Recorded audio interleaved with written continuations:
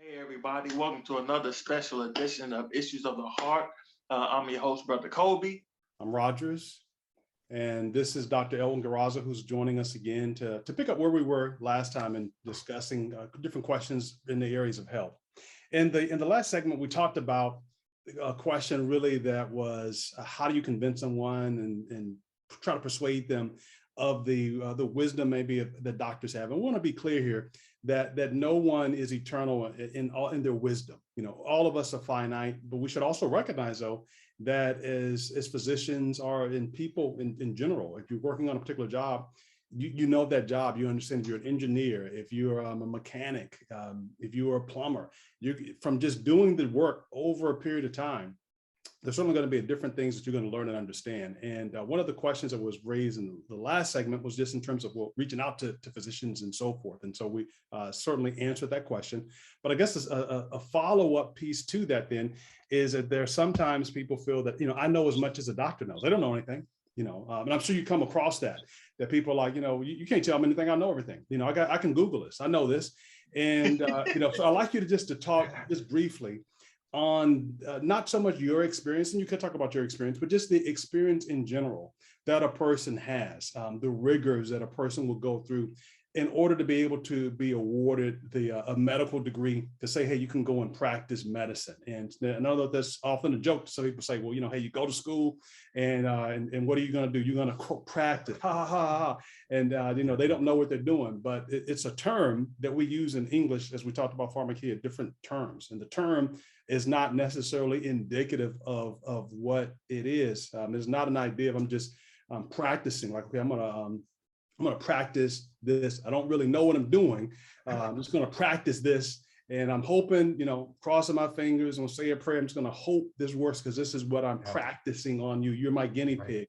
And then certainly that is not the idea. But I'd like you, if you would, just take a moment and maybe just share with us how to be able to really see it, because I know, I can go away for a weekend and go to a seminar and I can say, hey, I know as much as a doctor knows. In fact, I know more than a doctor knows because, a doctor will you go to and they'll just say, well, take this. They want to just give you a med. And I know the myth is in that what doctors are paid based off of the number of prescriptions that they write. And so they're in the back pocket of the pharmacy because the pharmacy is going to give them kickbacks and they're going to make a lot of money. They got to pay for their Beamer, got to pay for their Porsche. So they're not going to try to tell you what to do. They're just going to say, pop a pill, take this, take that. So could you speak briefly to, I guess I'll open up maybe 2 or 3 questions, but if you maybe speak briefly to that, just to give us a level set understanding. Yeah. So first thing I'd like to address that, because I've actually thought about that question when somebody made a joke on me about practice. So the term, what we do as a practice is the second definition or a secondary definition of what you do every day. So when you wake up in the morning and you grab your children and you read to them from the Bible, maybe you'll sing a morning hymn, and then you get ready for breakfast and whatever. When we use the word practice, we talk about our regular routine. So when you talk to your friends, you tell them, oh, it's my practice to wake my children up with a hymn. It's my practice to, do you see when we use that term? And so when we use our medical practice, this is the way we conduct our medical care, okay? So do you make it your practice to seek God every day? Yeah, that's my practice.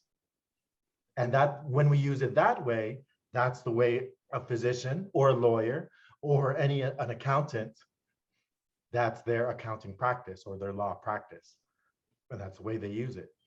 So it is kind of a funny use of different words, and some people find that humorous.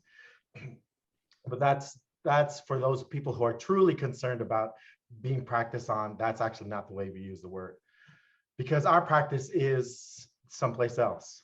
But for the parent who, let's say you're a parent of 32, you've got a child who is 15,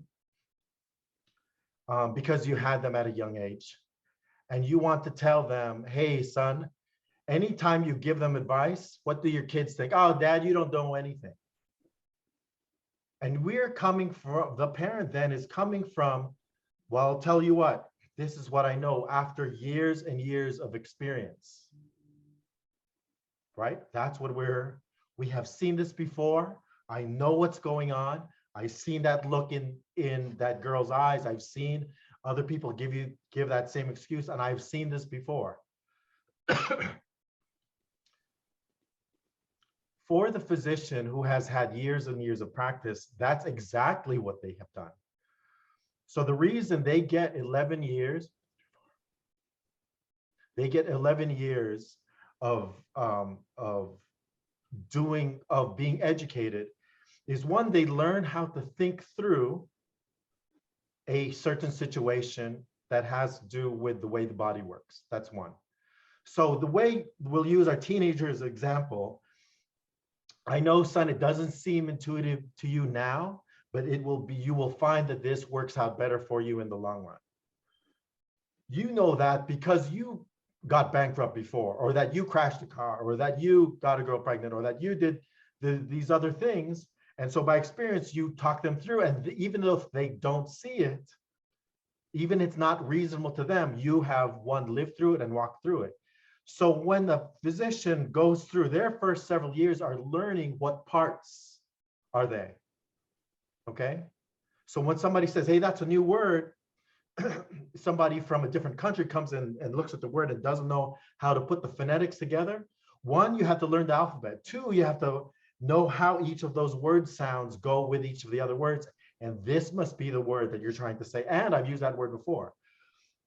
As we learn information about how the body works, how chemistry works, how physics works, how biology works, we learn those body parts, and then we learn to put them together, and then we learn to see what has gone wrong and what is commonly going on wrong with that, and what helps heal faster. Because oftentimes people go into a situation and they think, well, from my limited experience, I'm going to do this. And it makes you feel good, just like the cocaine does, or just like the alcohol does. Hey, this makes me feel good. So since it makes me feel good, it stands to reason that this is the solution to the problem, right? I'm going to run away. I'm going to just kick the girl to the side. I'm not going to. So in other words, that same kind of reasoning, even though it's faulty, this is the way we reason actions in life, okay? Oh, I'm not going to take care of the car, it's inconvenient or whatever. So we use that kind of reasoning. The physician must grow through those 11 years of medicine, reasoning in such a way that it takes the selfishness out of it. Yes, I want to, I feel like I want to take that alcohol, whatever. Well, the reasoning goes, well, that isn't the right way, because look at the damage now that they can't see, that they can't. And they learn to make decisions not based on the way I feel right now, okay? Because if we made decisions on the way I feel right now to treat our medicine, then we wouldn't be trusting in God. We have the same problem with faith that Jacob did, that Abraham did when he lied to the Egyptians, that the same way that every other person that gave up on Christ, they made those decisions based on the way I feel right now. The physician must learn to put aside those decisions that will distract them and take all the parts they know and come to the appropriate conclusion. The appropriate conclusion that that isn't dissuaded by selfishness, isn't dissuaded by fatigue or tiredness or whatever. Why? Because they are required to perform and practice performing under duress, so they can think through well in a decision. Because like when you are in a high adrenaline decision, we often don't make right choices, okay? But the firefighter who makes the decision to go into a fire, because one, that's his duty, and because he has trained to act well when somebody is acting poorly, we trust that in the same way the physician is taught to think through well the cause and the reasons and the physiology that's going in your body, even when you're under duress or when you're not thinking correctly or when you're thinking selfishly. Okay, so that same analogy of practicing even when our emotions or when poor experience teaches us, oh, don't rush into the fire. Hey, this is what needs to get done, even though we feel like, oh, I'd rather be doing something else. So that 11 years forces somebody to go through the rigor of thinking well, even when they are tired or even when they have misinformation, and to not let that misinformation dissuade them, or even when they have pain and that person is my cousin and I'm hurting, or even when they are going through a divorce now. They don't let all those external things occupy their mind in making the right decision because in their training, they're not allowed to. They have somebody looking over the shoulder and saying, hey, you're not in a safe place right now and you're making decisions. I need you to not do that. I need you to think through this thing through, even if you feel like, hey, I want to do that intuitively. Does that kind of help shed a little bit of more light? No, it does. It definitely does. Thank you. The other thing is we get to see sickness after sickness after sickness after sickness. So somebody says, well, I don't feel that bad.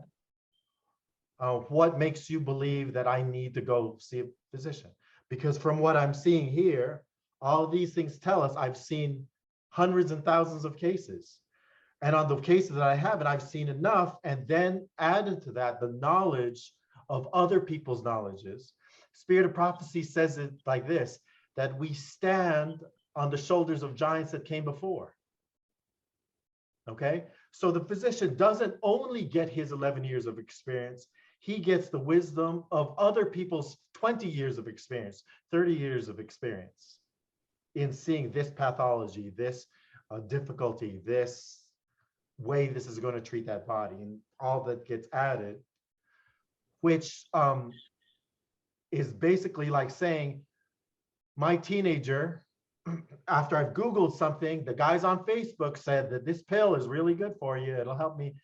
So now he's going through 20 seconds of asking the guys on Facebook over a parent who says, look, I've seen you grow up for the last 15 years. I know what you do when you're angry. I know what you reason when you're tired. I know what you're like when you're hungry. I used to not believe that. And I was, I was coming on 20 years of age until my mother said, Elwin, did you know that you act this way? Oh man, I was a grown man already. And I didn't realize that, yeah, my parents had seen me. Had seen me grow up. So all those years of experience, they count for something. Now, let me say this in regard to physicians. I think Jesus kind of spoiled us because we look at his life, we're like, man, Jesus healed everybody. And so we always look at, when it comes to that aspect, that everything ought to be miraculous.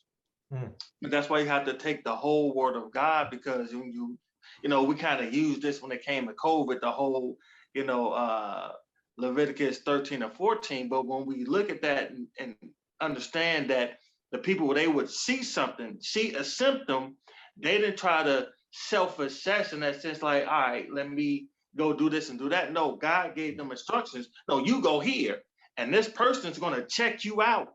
And then they're going to prescribe something. You go back and you do this, then you come back and see them. Oh, a check-in? I got to go back, and they're going to tell me this. And it's interesting that when Jesus would heal, not just lepers, but he would say, hey, go to the priest. And they had to examine them and check them out to make sure they had been cured of that thing. So that's Jesus himself endorsing, hey, go to a source to check out this thing. So we can't, even scripturally say that going to someone to get checked out is wrong, because from the Old to the New Testament, we've seen that. Now, one of the things about it, I know for people may feel like, all right, I'm following biblical principles. I know my fathers and mothers, they've had cancer, diabetes, these different diseases, but my lifestyle is different from theirs. So they may think, well, I don't have to worry about those diseases that they've had because my lifestyle is different. So from your understanding, how is a person safe saying, well, I don't have to go check in because my lifestyle is different, so I don't have to fear getting those things? So here we are with the same Exodus 34, visiting visiting these things, these consequences on the children and the children's children. What these things do, with these things that God has given to us. Yes, we talked about actions of faith in the previous podcast. Yes, and that's what they are truly.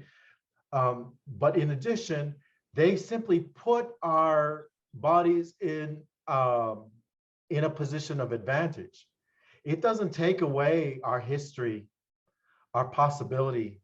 Okay, so the alcoholic, yes, my lifestyle is improved, but all those things do is the same thing that God did with his people. He put a hedge around them. Hey, this is for protection. It doesn't mean that they can now act poorly. They just are in a position of advantage versus somebody else, a person who isn't more likely to.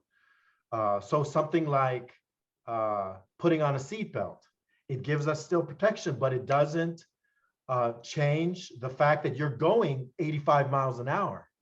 And that if you've hit something, wearing a seatbelt doesn't reduce the laws of physics and impact. It's not going to change that fact. So we do all these things on my lifestyle, yes, and they help us put our bodies in a position of advantage, but it still doesn't change where our history has come from. It still doesn't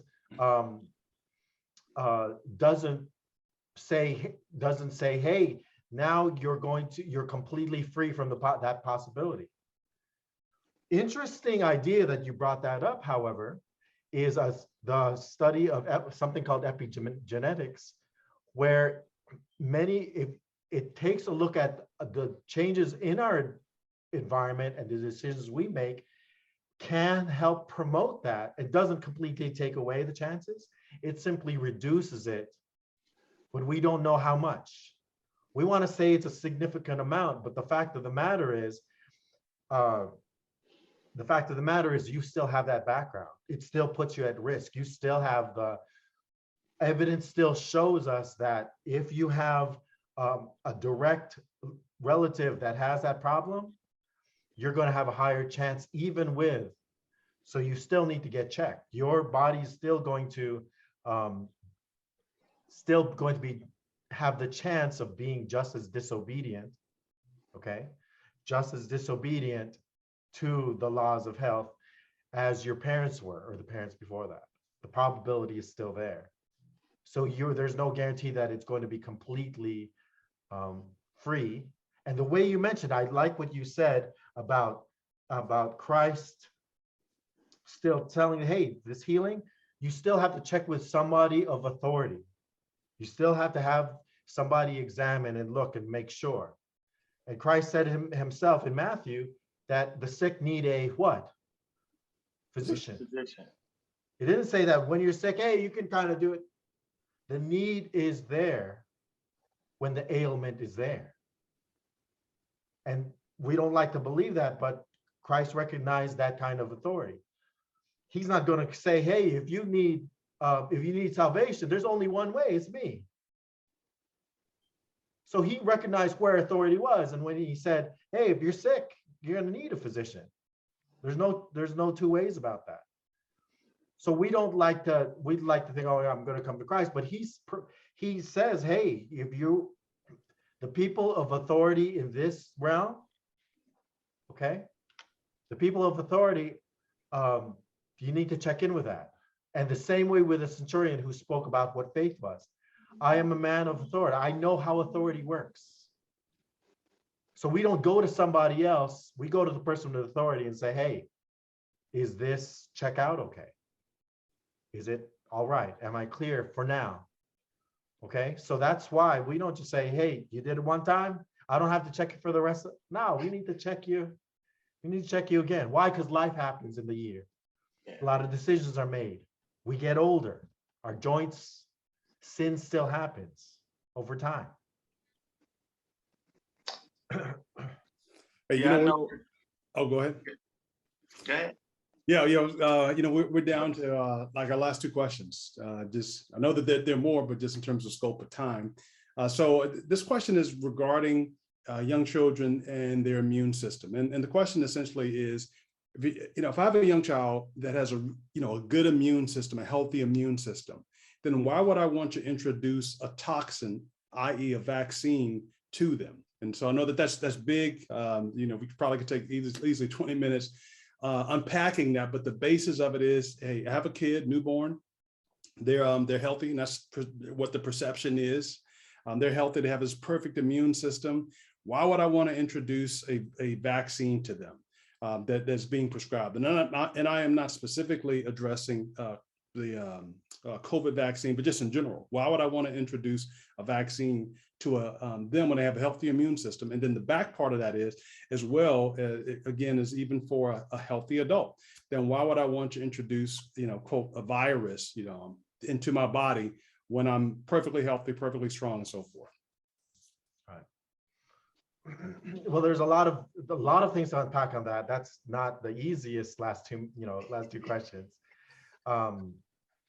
Part of the answer, and not the complete answer, has to do with an incorrect understanding of how the immune system works. So somebody can say that, hey, I have a perfectly good brain. When I come out, I'm not, my mom didn't drink alcohol. I've got a human brain, and God gave me the ability to grow. So I don't really need to go to school. I don't need to be educated. Well, the fact of the matter is that Spirit of Prophecy and the Bible speak of something being perfect in its various stages of growth. While it's perfect in its young stage, it still must grow and mature the same way a brain must learn and be educated, the same way an immune system must. While it is perfect in its arrival, when it is still immature in its ability. Okay, so while a young child, and in fact the immune system is quite compromised under one, and must be educated by interacting in the ground. The whole idea of having the child working in the garden, those are actually wonderful ways to improve the education of the immune system. So in fact, that's the way the metaphor is used in the immunology community.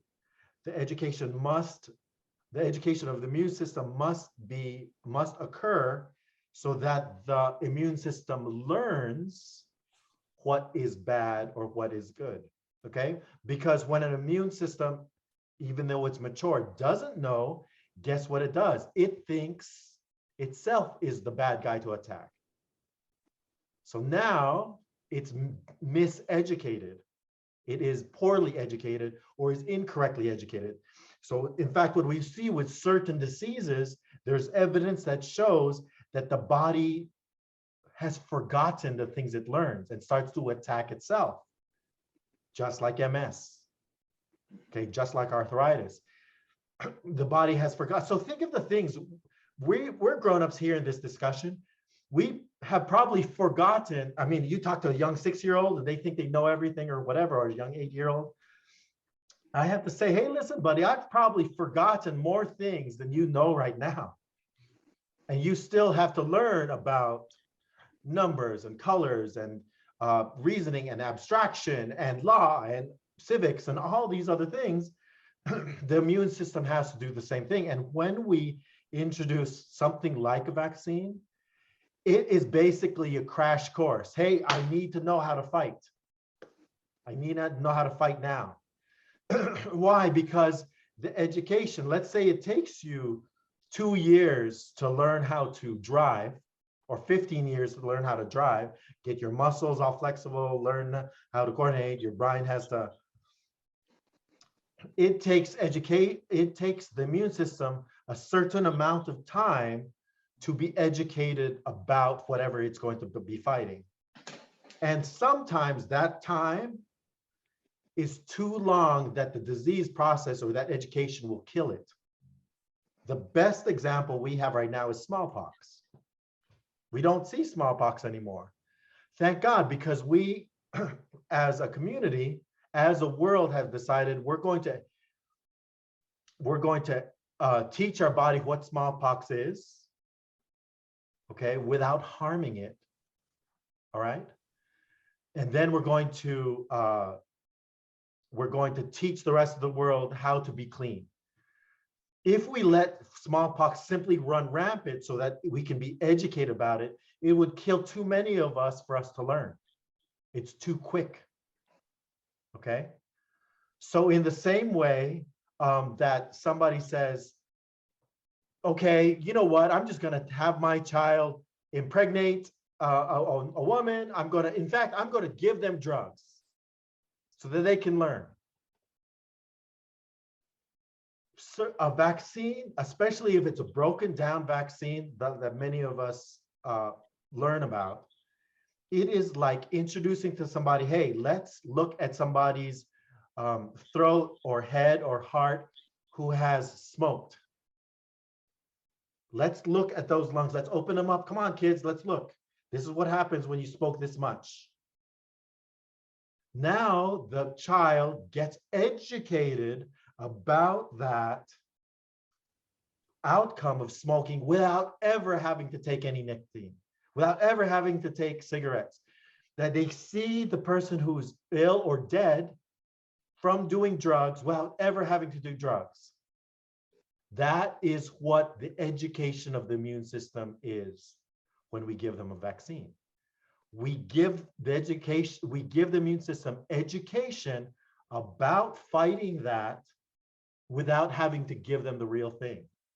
So after weeks of learning about cocaine and drugs and that it's not good, the child can say, look, mom, dad, we shouldn't be smoking.